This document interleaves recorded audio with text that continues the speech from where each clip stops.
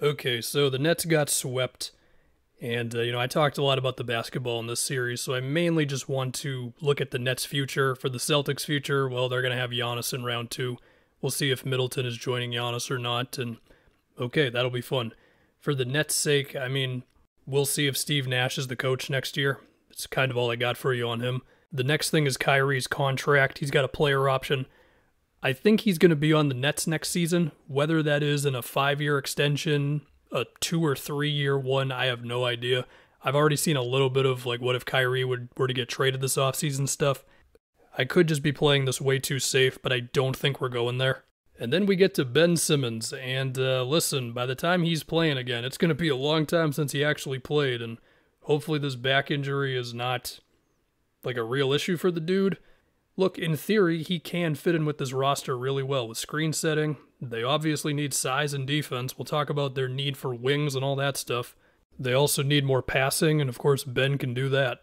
So hopefully Ben Simmons is playing next season. I have seen a little bit of what if they decided to trade Ben Simmons, and that to me is the ultimate, I have no prediction for you. If another team would be like, yeah, you know what? This is the opportunity to jump on offering something for Ben.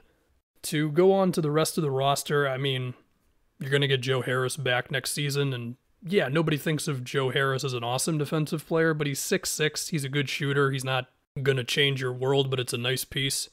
They also have a bunch of money in trade exceptions from the Spencer Dinwiddie trade, the DeAndre Jordan trade, so that does give them some ammo for moves. They've also got Bruce Brown's free agency. They can go over, well, they're already way over the cap. They can re-sign him with bird rights. But it's also how expensive do you really want to get here? Maybe there's just no limit given that you've got KD and Kyrie, but sometimes owners choose to save money. I don't know.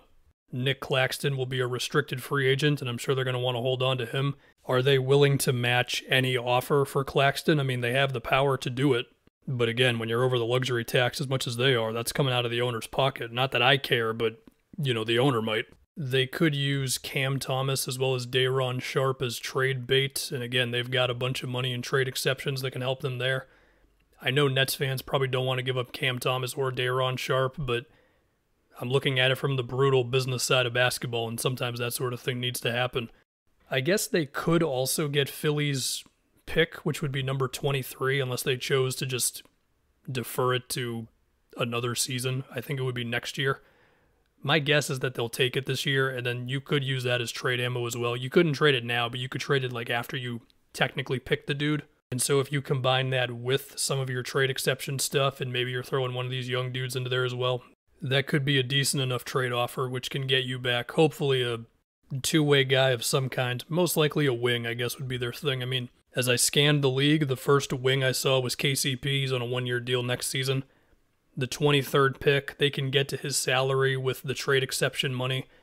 Is that a little too much for KCP? If you're a different team, yeah, but if you're just all in for right now like the Nets are, that could be the type of deal that you're looking to make. Not that I think the Wizards have to trade the guy. They're probably going to try to win next year with Beal and Porzingis, but if you scan around the NBA, those types of deals, I think they could also use another playmaker, and you would hope that Ben Simmons can be that.